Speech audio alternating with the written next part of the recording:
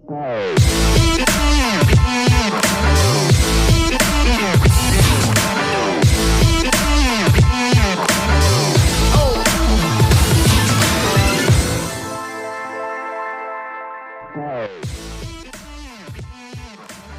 morning, and you're watching the Money Down presented by BetPrep. I'm Tamara, that's Chris, and Kyle. We're ready to break down the betting angle of the biggest college football matchups of Week 5. Let's get started and make some picks. Kyle, we've got Ole Miss and Bama to kick things off. Who do you have? Yeah, so this is obviously a really exciting game, and want to raise our glasses and pour one out to Joe Marino, who got kicked off this week. He's going to tell you he was traveling, but in reality, we just wanted to get him off the show for a week. And let's dig in with this Ole Miss versus Alabama showdown. Obviously, a lot of points expected in this football game. As you can see here on the trends, the over 5-2 in the last 7 Ole Miss games. This is the number one scoring offense in all of FBS. They're averaging almost 53 points per game. They play with a ton of tempo. They get almost 300 rushing yards per game. Like, there's a lot to like offensively, which is why I'm taking Ole Miss plus 14.5. If I'm getting more than 2 touchdowns, I definitely like the value proposition that exists here, knowing that Alabama at home is probably going to take care of business and win their game. Ole Miss 2-9 on the road in their last 11 games. But this team can score points. And as we saw when Alabama played Florida, this team can bleed. They're mortal. They're not, this giant that can't be slayed. And I think when you take into consideration the potential for a backdoor opportunity, this is going to be a big recruiting opportunity for Ole Miss and Lane Kiffin to show that they can bang heads with the best of the best. So he's going to absolutely keep firing until this game hits triple zeros. And because of that, I like Ole Miss plus 14.5. All right, Chris, I'm interested to see who you have in this battle of the 2 Heisman candidates. As Kyle mentioned, a lot of points are expected here. What do you make of this game?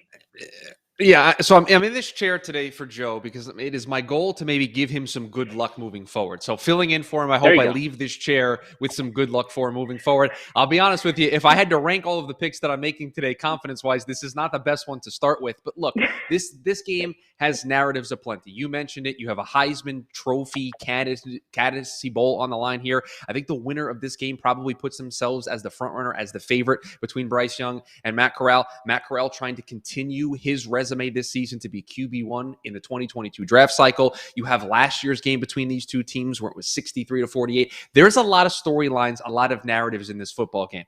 That being said, 79.5 points. 79.5 points. These two teams got to score 80 points in order for me to win this bet. No, thank you. Give me the under in this football game. And I understand the risk I run. I just said it. It was 63-48 last year, but there are so many factors that go into getting a total this high. You have to have the right pace. You have to have the right tempo. If penalties slow this game down, if defenses make stops and touchdowns only turn into field goals, you're all of a sudden off pace. And these two defenses are no slouches. Bama ranks inside the top 25 defensively in points per game allowed, in yards per game allowed, and Ole Miss, while they're not top 25, they're top 50 in both of those metrics. So these defenses can make stops when they need to. I do think these teams score, but listen, let me just throw a potential score out there for you. Kyle, you took Ole Miss plus 14.5. If this final is 41-38, I'm a winner. I mean, we're cashing money here on the show. So that's how high this has to get in order for this to win. Go home happy. So I'll take the under in this one. It'll be on the other screen. I'll kind of just check on it every so often. I don't want to watch these two teams go up and down the field, but I will take the under in this football game. All right, Chris is not willing to watch this track meet of Ole Miss Bama. We're moving on to game number 2. We've got Cincy Notre Dame. Chris, I'm going to start with you first since I started with Kyle the last time. Notre Dame opening as a home underdog against a non-Power 5 team for the first time since 2010. Where do you stand with this one?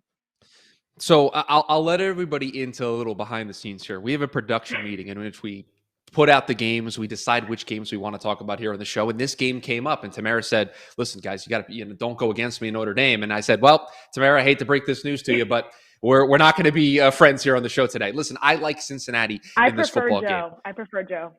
That's fine. That's fine. And Sad. listen, he'll be back. He'll be Real back sad. next week. But that doesn't change the pick here. Both of these teams have been searching for a marquee victory, and I think Notre Dame would point to their win against Wisconsin. Although I don't know how much I would agree with that. Notre Dame has been sluggish against teams this season. Cincinnati needed a targeting penalty to kind of change their momentum when they faced Indiana. They needed a big second half against Murray State. But this Cincinnati defense, at least their secondary, their cornerback room, it's elite. They have a quarterback who's trying to make a case for QB1. Let me throw a statistic out here for you that I found in doing research this week. This Notre Dame team really struggles to run the football. They are an FBS worst 0.63 yards per rush before contact. That's worse than all of FBS. The next worst team, the team just right above them in the standings, is Washington at 1.13. This team struggles to run the football. If Cincinnati can make them one-dimensional, if they can make Notre Dame one-dimensional, I think they pick up a big-time victory and they showcase to the college football playoff, hey, we're for real. I will lay the 2.5 with Cincinnati because I think they get the job done. Wow, that's a hot take. Don't at Chris on that one if they do end up losing to the Fighting Irish. Kyle, I know you said the second half last week was a beautiful disaster with Wisconsin, Notre Dame, but where do you stand this week with Notre Dame and Cincy? Well, the first thing I want to get clear is that Chris is talking about marquee wins for these two programs, and he talks about being unsure about what Notre Dame accomplished against Wisconsin, and then lo and behold, his referenced marquee win for Cincinnati to this point. I said everybody's searching for marquee wins. I didn't say they had them. They're searching for ones, okay? Cincinnati was outgained by Indiana. They were outdone on third down. They lost the time of possession battle. They rushed for 3.3 yards per carry as a team that day and needed 4 turnovers and a kickoff return for a touchdown to beat the Hoosiers. Give me Notre Dame on the money line at home. You see the record there on the right-hand side. They're 25-1 at home in their last 26 games. You look at the Notre Dame Fighting Irish, and everybody kind of, when they get into the playoff conversation, they collectively roll their eyes like, oh, they don't have success in these environments. But, like, those are really the only games that Notre Dame is losing these days. When you stop and think about it, let alone against a non-Power 5 opponent, I understand Cincinnati's coming off a bye. I understand this is Cincinnati's season. Right? You have an opportunity to plant your flag in the ground and say, we are the first non-Power 5 playoff team that deserves to make it. But this is a big task to go into South Bend and win this football game against a team that I think does have a talent advantage, and they very clearly play very, very well at home. So I look at the evidence from the Indiana game, doesn't give me a lot of confidence. Give me the Notre Dame money line. You two really pounded the table on that one with a lot of stats. I'm looking forward to seeing where you stand with this one. UGA, Arkansas. Arkansas has marched their way into the top 10 matchup against the Bulldogs. Kyle, what do you have for this one? Over, under, or money line? Yeah, so I came into this. Chris talked about the production meetings, and I'm mentally prepared to take Arkansas plus 18.5. Well, lo and behold, that's no longer the line. The line's moved significant, low 17. So I'm going to take a first half total of 25 and a half. And I really think about how good both of these defenses are, the identity of both of these teams. J.D. Daniels dealing with an oblique injury. They said he's going to be a game-time decision as of a couple hours ago when I last looked and was looking over notes. George Pickens is obviously out. I don't think there's a lot of explosive play potential here, but Arkansas's identity is to run the football, right? They've got 5 guys over 100 rushing yards, and they had that going into last week's game against Texas A&M. Georgia's a brick wall up front. So I'm not expecting there to be a lot of points in this contest. I think it's going to be a very heavy-hitting, grinded-out affair from a tempo perspective. These are the two of these slower tempo teams in FBS in general. So all of that combines, I think there's going to be a feeling out portions of the game. I don't trust a lot of explosive plays. Don't trust a lot of tempo. Give me the under on 25.5 in the first half between these two teams. Chris, where are you at with this one? Do you agree with Kyle? Are you on the opposite side of the spectrum here? Let's hear your take.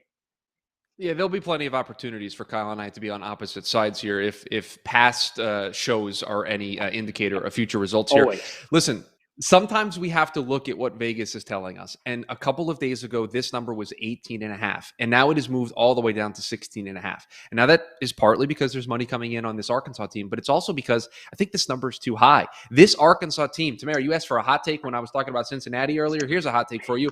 This Arkansas team will be the best team Georgia has played so far this season. Yeah, I said it. I'm looking at you, Clemson fans. Your team's not very good this season. This Arkansas team has talent that's going to play on Sundays, okay? This Georgia team, their best matchup was against that Clemson team, and they only put up 10 points. Their offense, their explosiveness, UAB, South Carolina, Vanderbilt, not a who's who of defenses that they showcase themselves against. This Arkansas defense, top 10 in opponents' points per game, yards per game, points per play, and yards per play. This Arkansas defense is going to show up. We have talked on this show and over at TDN about this Georgia defense and the talent that they have. You know what you're going to get there. But for those of you who maybe have not watched this Arkansas team closely, they have a top 10 defense across the board. I'm not saying they win the football game. I think they can, and if it's low scoring, they're going to have a chance. But you're giving me close to 3 scores. Listen, I like this a little bit better at 18.5, but all the way down at 16.5, I still think this is a close game.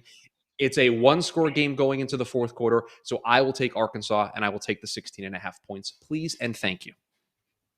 All right, Chris, we've got your hot take noted, written down. We will circle back on that after that game happens. Let's take a trip out to the Big 12. We've got Oklahoma State, Baylor, both undefeated teams. Chris, where do you stand on this? Man, picking Big 12 games is just hard.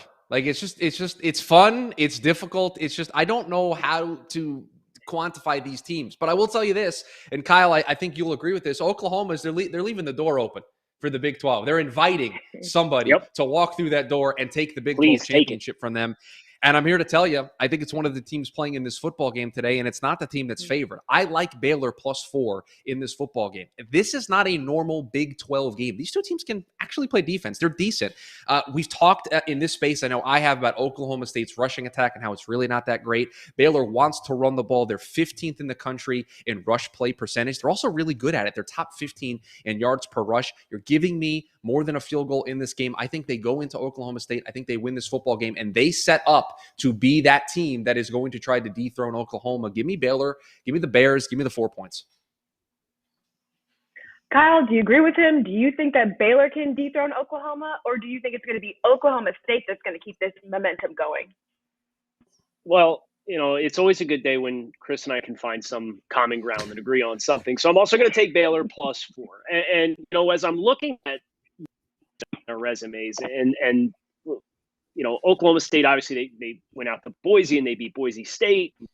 They needed some unconventional big plays and bounces of the balls for that to happen and really shut Boise State down in the second half of that football game. I don't think Boise State scored at all, but I look at Baylor and they just are coming off of beating Iowa State, who came into the season as a top 10 ranked team. And obviously they're not playing to that expectation, but Baylor, this was a marquee win. I guess if you were to say the reason why they're +4, maybe you're banking on an emotional letdown after that big win against Iowa State. But in pretty much every significant metric, like Baylor ranks at this point in time as a better team than what Oklahoma State has put on resume. And I look at Oklahoma State, they're one of the worst tackling teams in the FBS. They're 122nd out of 130 teams. They're 95th in havoc rate as far as causing disruption up front. They're 111th in offensive line yards, as Chris mentioned with the running game, and they're 118th in offensive havoc. So, I really like the consistency that Dave Aranda has this Baylor team playing with right now. They're coming off a big win last weekend. Maybe that's enough to trip them up, but I like their resume more. Again, you're going into Stillwater. That's a tough task, but give me Baylor +4. All right, we were out in the Big 12. Now let's turn the page to the Big 10. We've got Wisconsin and Michigan. Will Michigan stay undefeated, or will Wisconsin bounce back from their loss last week? Kyle, I would love for you to shed some light on this game. Yeah, I do think the Wolverines are ready to jump around. I'm going to take Michigan on the money line here. The separation between it being +2 or +2.5 or whatever it is right now, I'm going to roll the dice and say, okay, the only way I'm getting a payout if Michigan wins anyway, if I think they win, or if they lose, is if they lose by a point, right? So I want Michigan on the money line. Wisconsin's defense is the best unit on the field in this game, but their offense is the worst unit on this field, and it's not even close. You know, the Badgers are 129th out of 130 teams in finishing drives. Obviously, the self-inflicted wounds they had against Penn State down in the red zone in week 1 was pretty alarming. Graham Mertz, quarterback there, 1 to 6 touchdown to interception ratio, passer rating of 97. I really don't trust Wisconsin to move the ball. I understand Michigan's identity is to run the ball. They had a lethargic second half against Rutgers last week. I would not be surprised if the under hits on this as well. But I just think Michigan has more opportunities to make a handful of plays in what's going to be a really tightly contested football game, either on the ground or through the air. I don't trust Wisconsin to make anything happen through the air. So give me Michigan money line. They are looking to prove this kind of back, a legitimate contender in the Big Ten. I think they get this done. Wisconsin reeling after giving up 31 points in the fourth quarter to Notre Dame last week. All right, Chris, do you have any Big Ten hot takes here in this Wisconsin-Michigan matchup? Is Wisconsin going to bounce back, or is Michigan going to keep this thing rolling and move on to 5-0? No Big Ten hot takes, at least here in this football game. And I will say, I don't know what happened in the week that I was gone, but Kyle and I agreeing on 2 games here in the early portion of the show is a bit surprising. Yes, and 2 in a row is also a bit surprising. I'm not as bold as Kyle. Listen, if you're going to give me points, sometimes I want to take them just so I have that little extra bit of comfort. And it is 2.5. And yes, as Kyle mentioned, if they, the only way in which those 2.5 really come into play is if this is a 1 or 2 point game late. But listen, Kyle, I mean, you're the Big Ten guy, but this Michigan team has been improved on offense. And I would agree with you about the under with the way Wisconsin's defense is able to play. But this Michigan team, top 10 in points per game, points per play, and yards per play. Defensively, they're top 5 in points allowed per game, top 4 in points per play. And we've talked about it. I just don't trust Wisconsin enough to be able to move the football. And I think they're going to have to do that in order to stay with this Michigan team. And I just don't trust the quarterback. I don't trust the offensive game plan. Listen, I think it's a little bit of an aberration what happened against Notre Dame last week for them. I don't think they're that bad where they get blown out the way that they did. I think this game is a little bit closer, but I just don't trust their offense enough. And Michigan has been firing on all cylinders. So I'll take Michigan plus the 2.5. I'm not as bold as Kyle. I couldn't take the money line, but I'll take the 2.5, and I think Michigan wins the football game. I got one. Love that you guys went 2-0. Stat Crazy. here. Let me give you a fun stat here on Michigan. The only teams in all of FPS that pass the ball less than Michigan on a basis are the 3 service academy schools. Michigan is 127th in passing attempts per game. So it's strength on strength in this game. But as Chris mentioned, they're finding a lot of ways to remain efficient with their scoring. I think they'll be able to pull some things out. They're not having a lot of great success passing the ball because they don't have to. I think they have enough to get it done. Thank you guys for shedding some much-needed light on those Big Ten matchups. We're heading down to the SEC with Florida and Kentucky. Florida took care of business, obviously, last week against Tennessee, and Kentucky narrowly defeated South Carolina. Kyle, where are you at with these 2 teams today? So I'm going to take Florida minus 7.5 on the road in Kentucky. And the reason why is this. It comes down to a couple of things. Kentucky, they're going to hang the hat on their only allowing 2 yards per carry in the run game thus far, but that's juiced by what they did against South Carolina last week and when they played UL Monroe in week 1 and they had 42 carries and conceded 18 yards on the ground. Turnovers are the big thing for me in this football game. I think Kentucky can score a lot of points. They're very obviously explosive. We've talked about a lot of the likable prospects that this team has on their roster offensively. But I do think Florida, with the quarterback run game, is going to be able to run the ball with much more success than we've seen anybody else do against Kentucky. And then I also think about Kentucky. They had 3 turnovers against South Carolina, managed to squeak out a 16-10 win. Will Levis has regressed in ball security after week 1, and these running backs are putting the ball on the ground at an alarming rate. Those things combined, I think turnovers are what ends up bending this game in Florida's favor by more than a touchdown. Chris, are we going to make it 3-0 here with you 2 agreeing, or are you going to take Kentucky beating Florida? So we're not going to make it 3 in a row, but it's not because I'm taking Kentucky here in this portion of the program. I'll set it up that way. I like the over in this football game. We just talked about a team in Michigan that likes to run the football. The two teams in this game, they really like to run the football, and they can run the ball. They both can do it successfully. Florida's 13th in rush success, 8th in line yards. They're 12th in big plays. Kentucky, they like to run the football with their dual-headed running back monster. And then when they do throw the ball, they're 11th in pass success, and they're 13th in finishing drives. And Kyle, you mentioned the turnovers are an issue for Kentucky. They're going to need to clean those things up. But Will Levis, Wan'Dale Robinson, one of the best receivers in the country, I think these teams are going to run the ball. They're going to open things up for their passing attack. And I think they hit the over in this football game. So a total at 56. Again, the running games are going to open things up for the pass. They're able to make these big plays. We know Florida can do it. Kentucky finishes drives well. They'll be able to put up points. So I'll take the over in this one at 56. Chris, thanks for that teaser for something that's going to happen later in the show. Super excited to hear what you've got later as we continue on this show. We're moving out west. Oregon, Stanford. Chris, what's your pick? Yeah, listen, it's really tough with some of these games because this pick in particular, I'm basing it on just one team in this matchup, right? I don't know what to make of Stanford. Like they're just up and down. They look good against USC, and then they lay an egg in their first game of the season against Kansas State, right? It's a roller coaster ride with this team. And is Oregon the third best team in the country? I'm not necessarily sold with that. They were slow to start against Arizona. They were in a battle with Ohio State. Fresno State took them to the brink in the first game of the season. But all that being said, Oregon's coached well. Oregon finds ways to win these football games, and at 7.5, I feel comfortable betting against Stanford and Oregon to be able to get the job done here. So I will lay the 7.5. I will take the Ducks, and this is a one-sided bet for me. I just don't know what to make of this Stanford team, and I think Oregon's able to win this game by 10 points. Kyle, do you trust this Stanford team, or are you winning more on the number 3 Oregon Ducks? I'd love to hear where you stand, over, under, or money line. No respect for the farm from Chris Schubert. And if you listen carefully somewhere, you're going to hear team member Brentley Weissman let out a big old scream here because I'm taking Stanford with the points, 7.5. Okay. Now, I still think Oregon wins the game out. Wow. I do think they take care of business, but I do think this will be a closer game. Stanford has proved tough out for ranked Pac-12 teams. Just ask the Trojans, right? I think my biggest question with Oregon is, do they create enough splash plays for them to win big?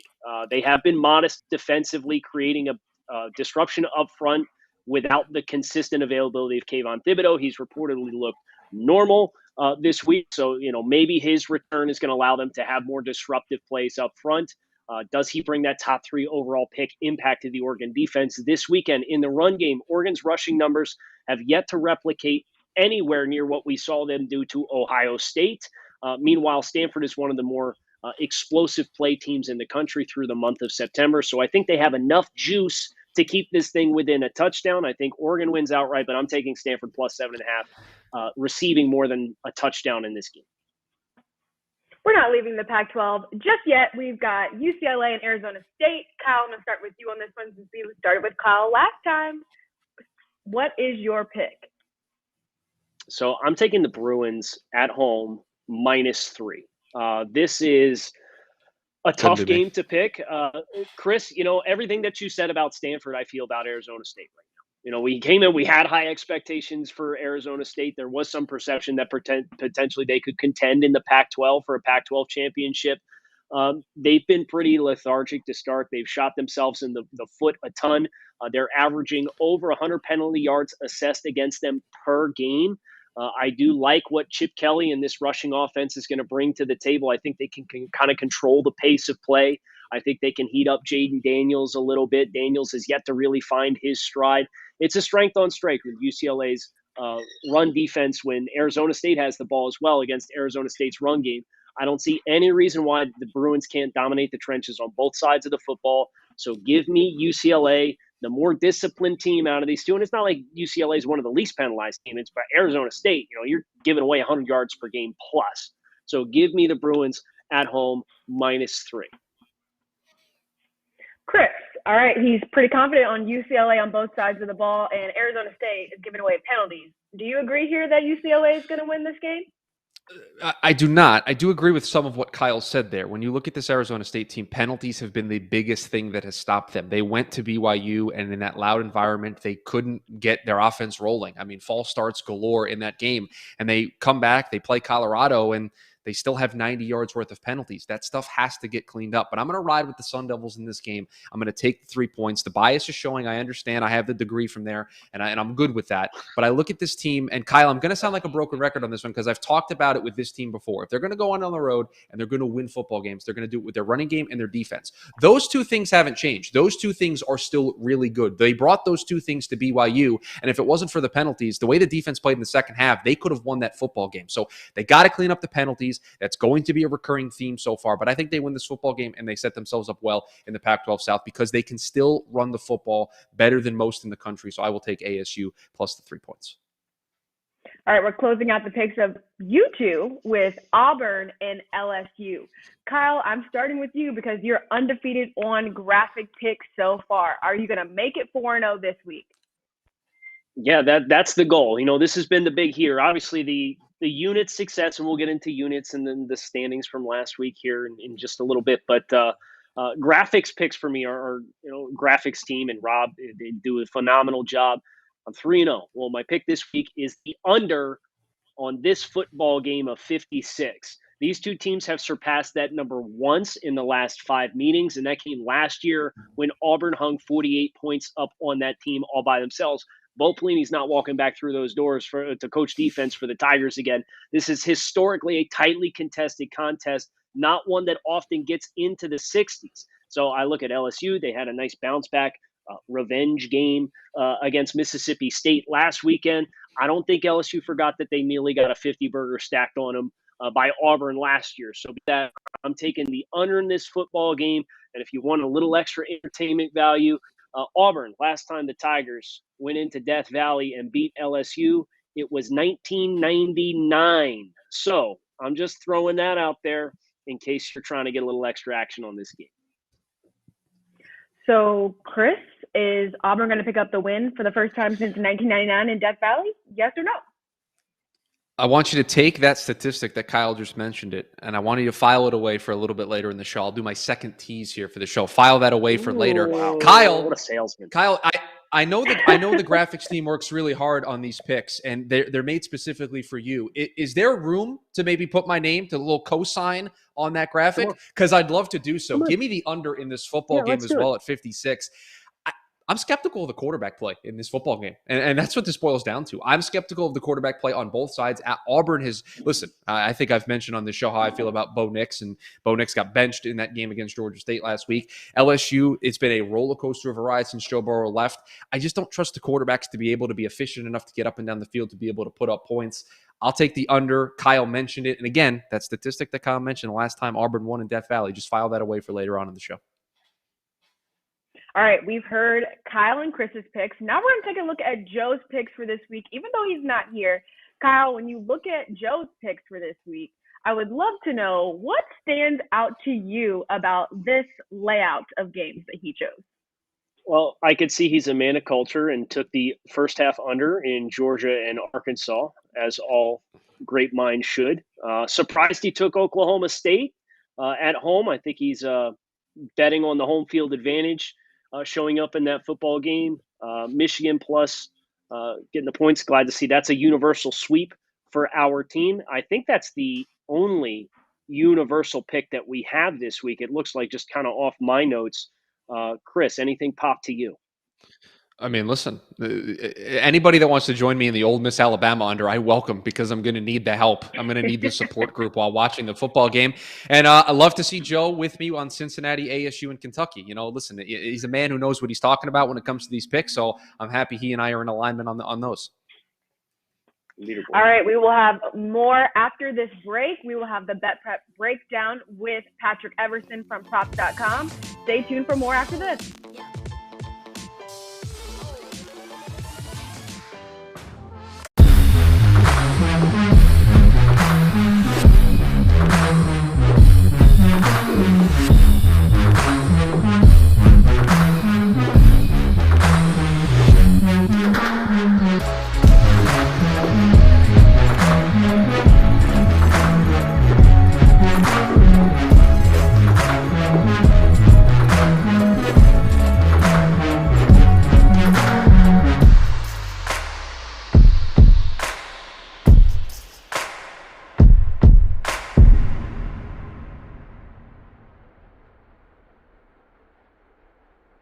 Hey, college football fans, Jordan Reed here once again to talk about the East and West Shrine Bowl, MEAC and SWAC Players of the Week. And what a week it was in the HBCU landscape. We had classic games and we also had rivalries, and that's where I'm going to start with this week's Player of the Week. And I'm going to start in the MEAC. We had Ryan Mcdaniel from North Carolina Central University. And McDaniel is a player that has been a consistent threat for the Eagles on the perimeter. He actually was a Tulsa transfer initially, and he actually played linebacker when he was first there, and then he transitioned over. He transferred over to Durham, North Carolina, to the Eagles, has worked his way up the depth chart and proven to be a consistent target for the Eagles. And even though they did not come out victorious in this game, McDaniel finished the game with 9 catches for 178 yards and a touchdown, once again proving how vital and just how important he is to this offense. So keep an eye on McDaniel for the rest of this season. But now I want to transition to the SWAC, staying with the wide receiver position. And I'm going to go to Charles Pringle of Alcorn State, a player that has been a standout performer for the Braves since he has stepped foot on campus. And if you remember, he had a breakout campaign in 2019 where he tied a school record with 14 receiving touchdowns, just an astronomical number. And then once again, he proved how important he was to this Braves offense as they came out victorious in a thrilling 39-38 victory over Arkansas Pine Bluff. Pringle in this game once again was a standout performer with 4 catches for 126 yards and 2 touchdowns, proven to have a crucial 60-yard touchdown in the waning moments of this game to help the Braves come out victorious in this game. So Charles Pringle was an outstanding performer in this game as we go over our MEAC and SWAC Players of the Week. Be sure to like and subscribe to the Draft Network on YouTube and stay tuned for more content throughout the college football season. Hey guys, Jordan Reed here, and All right, we're back for the BetPrep breakdown with Patrick Everson of Props.com. Super excited to have him join the show now to give us what the books are saying. Patrick, glad to have you. Let's jump right in with Ole Miss Bama. What are the books saying about this game? Well, this is interesting. And at several books, both Arkansas and Ole Miss are public underdogs today, and sharp underdogs as well to a degree. The sharps getting in early, the public coming in later. But in talking about this late last night with Scott Shelton at BetMGM Nevada, so just BetMGM's books up and down Las Vegas Boulevard, they came out a little later with this number at 14.5. As you've all probably talked about, this line was 17.5. Some places even higher than that. Circa really put itself out on a limb last Sunday at 20 or 20.5. So BetMGM Nevada has been 14.5 all week, but still tickets and money 2-1 in favor of the dog Mississippi here. So like I said, kind of a popular underdog play on this Week 5 college football Saturday. Are there any trends for Cincy Notre Dame this week? Well, I think the trend that always holds with Notre Dame, unless it's playing somebody like a really good Clemson team, which would not be this year's Clemson team, is that the public's going to be on Notre Dame. And the public, in most instances, at most books I've spoken with, is definitely on the Fighting Irish here. Even though this number it's bounced around a little bit. Cincinnati's been as high as 2.5, down to 1.5, now at 2. Still a road favorite at Notre Dame. And at BetMGM Nevada, tickets, definitely Notre Dame, a public dog. It's weird. Notre Dame, a public dog. Ticket count is about 3-1 on the Irish, 2-1 money on the Irish. And a money line play on Notre Dame is very popular. In fact, on Friday at WinBet, they told me that Notre Dame money line is one of their highest liabilities of the week, and people are just skipping the spread, taking the modest plus money on the money line, taking Notre Dame to win outright on its home field. When you're looking at UGA and Arkansas, what do you have for us? That game's just awesome, honestly. Some books opened as high as 19.5. Most of them opened in the 18.5 range. It's all the way down to 16 at some spots. I believe Twin Spires this morning got down to 16. This is a sharp dog early and apparently a public dog late. Scott Shelton told me late last night, BetMGM Nevada, he said this was all Arkansas until Friday afternoon, and that's only because they took a $118,000 play on Georgia minus 16.5. But, if you discount that, it would be, the money would be favoring Arkansas. The ticket count is huge on Arkansas, 6-1. They also took a $10,000 Arkansas money line flyer at BetMGM to win $60,000. We'll see how that goes. I'm not sure if that's going to get there, but the spread may. We'll see. And then Scott Shelton also said parlays and teasers, which usually run to the favorite, once again running to the dog here. 7-1 ticket count of parlay and teaser tickets on Arkansas. So they're definitely a public dog today. All right, Patrick, now we're going to head out west near you for this Pac-12 matchup with Oregon and Stanford. What is the money looking like for this? This is a little bit more universal, if you will. I'm looking at BetMGM's numbers that I got, again, from Scott Shelton. Oregon from 7 to 8. In fact, I think they're up to 8.5 now. Ticket count, several to 1, and money 3 to 1. The public definitely backing the Ducks here. And from a couple of other books, PointsBet USA, which gives you obviously the non-Vegas scope, 3 to 1 tickets, a little closer to even money, only about 57% of cash on the Ducks today, on the favorite. And then at Twin Spires, it's heavy to the Ducks. It's like 4 to 1, almost 5 to 1 tickets, 4 to 1 money on Oregon. So for the most part, Oregon's the public play, the popular play here, and the book is definitely going to need the dog Stanford. And even where it's close on straight bets, trust me, Oregon's probably in everybody's parlays, moneyline parlays, and at that number, teasers as well. So we started with the SEC. We're going to end now with the SEC. Mississippi State, Texas A&M. Where is the money tracking for this matchup, Patrick? Well, the line for starters is intriguing. This opened 9.5 Texas A&M at BetMGM, BetMGM Nevada anyway, got down to -7. And however, a big mover, but Scott Shelton told me tickets and money, the public is on A&M, 2 to 1 tickets, 4 to 1 money on the Aggies. So probably some sharp investors liked Mississippi State at the higher number early, but it looks like the need will probably be Mississippi State as well. Thank you so much. That's Patrick Everson from props.com. That concludes our BetPrep breakdown. We'll be back after this break with our Go for 2 picks and our bold bet. Stay tuned.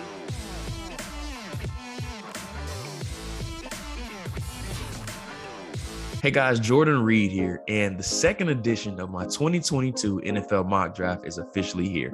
There have been plenty of players that have helped themselves throughout the country, while there has also been some other players that may be stock down candidates. So without further ado, let's go ahead and get into the second edition of my 2022 mock draft.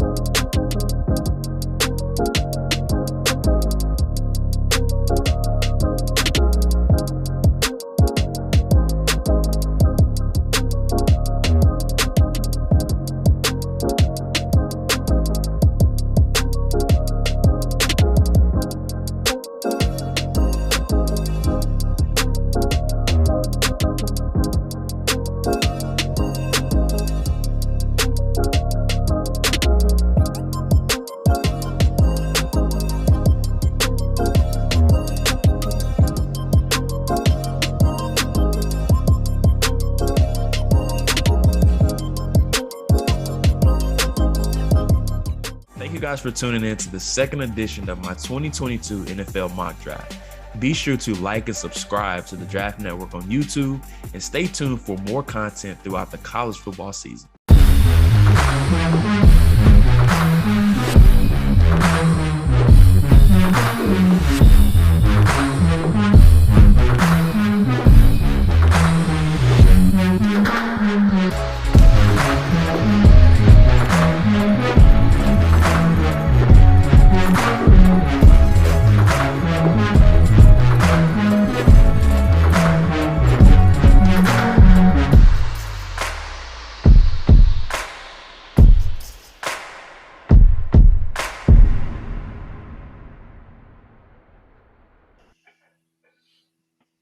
We're back on the Money Down presented by BetPrep. We're getting ready to do our Go for Two and bold bet picks. But before we get to that, let's take a look to see how Kyle and Joe did last week. Please. Oh, very good, guys. I was gone for a week. I can't tell if he's being sarcastic or not. No, I'm Chris, happy for my sarcasm? friends. They did well last week. Look at Kyle. Joe's heading in the right direction. Like I said, I got to leave the chair with some good luck for Joe, and he's got to build off of week 4. He's not here for week 5. He'll be back for week 6. We got to build, and so this is good. I'm very happy for my friends. Well, and we All right. even said the good luck charm that was necessary to kind of kickstart this thing, and plus 3.5. Like, Tamara, I'm so glad you're on with us. And please, I'm going to ask you, don't go anywhere. Like, let's do this. We could do it for, maybe I can strong arm our way onto the NFL show while we're at it too tomorrow, and then we can just really start raking in units. Well, let's see if this luck continues. Kyle, what's your first Go for Two pick for today? Okay, so Chris is going to give me a hard time about this, but there was late movement on this line, and I did not like it. So therefore, coward. Being a coward. I am working on an adjusted line. I'm taking the Wake Forest Demon Deacons at home with an adjusted line down to 6.5, which is where it was when my eyes lit up and I said, "Oh, they're laying less than a." I want the Deeks. The Deeks have been good to me thus far this year. I took them on a 2-unit bet against Florida State earlier in the year. They took care of business. So they're at home. They're laying less than a touchdown on the adjusted line. It had jumped to 7.5 as of this morning. And I said, nope, we're not doing that. Absolutely not. Louisville currently one of the worst rated run defenses in football. Wake defensively allowed 14 and 17 points respectively to FSU and Virginia. I like their opportunities to bottle up Louisville a bit. I trust the ball security, experience, advantage, plus senior quarterback Sam Hartman for Wake Forest. They're all really firing on all cylinders right now. The ACC is wide open, right? We took a couple pot shots at Clemson for not being Clemson, and it's deserved at this point in time with them performing the way that they are. This ACC is wide open. Wake Forest, they're undefeated. They're at home. I think they take care of business here. They're laying less than a touchdown on the adjusted line. Chris, you gave us some hints throughout the show that you had some hot takes coming in your Go for Two and maybe your bold bet. Let's see what you have for your first Go for Two pick. Listen, I don't know if I would describe them as hot takes, but I did tease earlier in the show that I was going to use some nuggets of information from Kyle here. And listen, I just want to let everyone know not to go too inside baseball, but we showed the graphics in our production meeting, and the box came up for Kyle, and it said Wake Forest minus 7.5, and he was like, no. He goes, I'd like to make a change. I saw it go. I'd like to make an adjustment. Sam Darnold on the Jets, I said. No, thank you. So we made that change there for Kyle. Listen, I like Kentucky plus the 7.5 today. And Kyle mentioned it, that he's worried about the turnovers and these running backs have put the ball on the ground. But if Kentucky is able to run the football successfully, the way we've seen him do it in weeks past, I really feel that they can control the tempo in this football game. And I know I said I like the over, and I still do, but I really like Kentucky's ability to keep this close and to be able to potentially win this football game. Again, I wasn't going to go for 2 and pick the money line, but I'll take Kentucky plus the 7.5. I've been impressed with Will Levis at quarterback. Again, I've talked about the running game. If they can limit the turnovers, they're going to stay in this football game, and they're going to give Florida trouble because they're going to be able to run the ball at a similar rate that Florida can. So I'll take Kentucky plus 7.5 and hope that this game stays within a touchdown. And I think it will. I think we're going to be late in the fourth quarter, and this game's within a field goal. Kyle, what is your second Go for Two pick for week 5 of college football? Yeah, so really some hoops here to make sure everybody could go home happy and everybody a winner here. So obviously, Ole Miss, Alabama, I'm on Ole Miss 14.5, which Patrick confirmed that's a real popular bet Chris took the under on 79.5 for the team total. But I do think there's going to be a lot of points scored in this football game. So I am in the first half. Okay. 41.5 as the 6 touchdowns in the first half of this football thing. It's the teacher versus the student. Lane Train versus Nick Saban. I think Lane's going to be in his bag. They're going to play with a lot of tempo. I think they're going to have some creative plays to create some explosive plays. This is a little less scary to me than the prospect of 80 for the game, considering you're not handcuffed by end-of-game situations.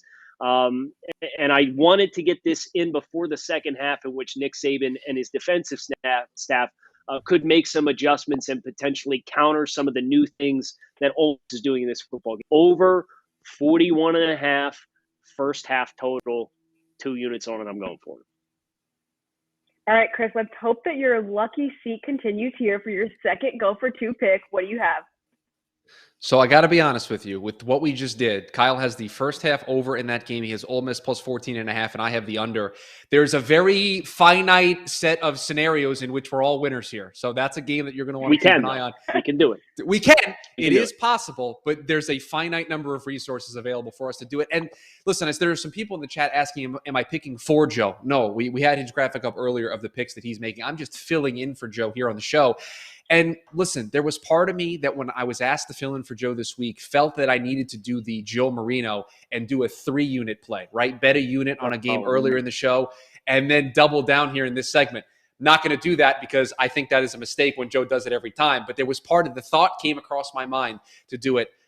Kyle, I like LSU -3 here today, again, this game against Auburn. You mentioned the stat earlier that it's been since 1999 that Auburn has gone down there and won against this team. And this is not the same LSU team that we've seen in years past, but I'm not impressed with Auburn at all. They're going through some quarterback turmoil. I don't know what they're going to get from the quarterback position. No matter who it is, I have a question mark. Right. And they're at home.